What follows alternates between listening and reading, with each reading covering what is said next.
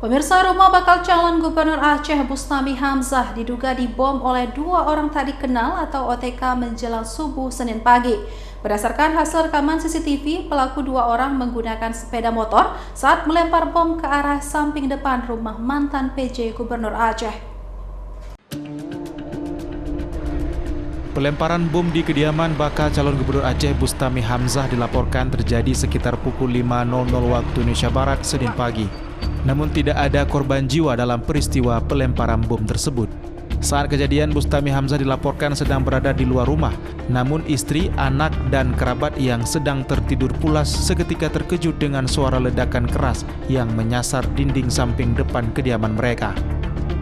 Berdasarkan hasil rekaman CCTV dari rumah Bustami, pelaku diduga berjumlah dua orang menggunakan sepeda motor saat melempar bom. Harfil mengatakan tetangga sempat mendengar ledakan namun tidak ada yang melihat peristiwa tersebut. Kini akibat kejadian tersebut, pengamanan oleh warga kampung juga akan lebih ditingkatkan.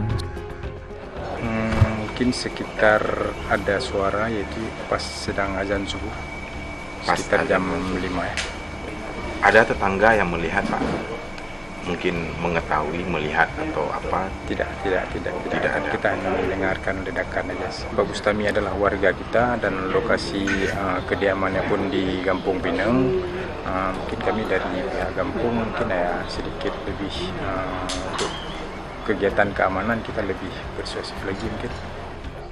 Pasca kejadian, polisi dari Satuan Gegana dan Inafis langsung dikerahkan ke lokasi untuk melakukan olah tempat kejadian perkara untuk motif dan pelaku teror dengan menggunakan bom terhadap calon Gubernur Aceh.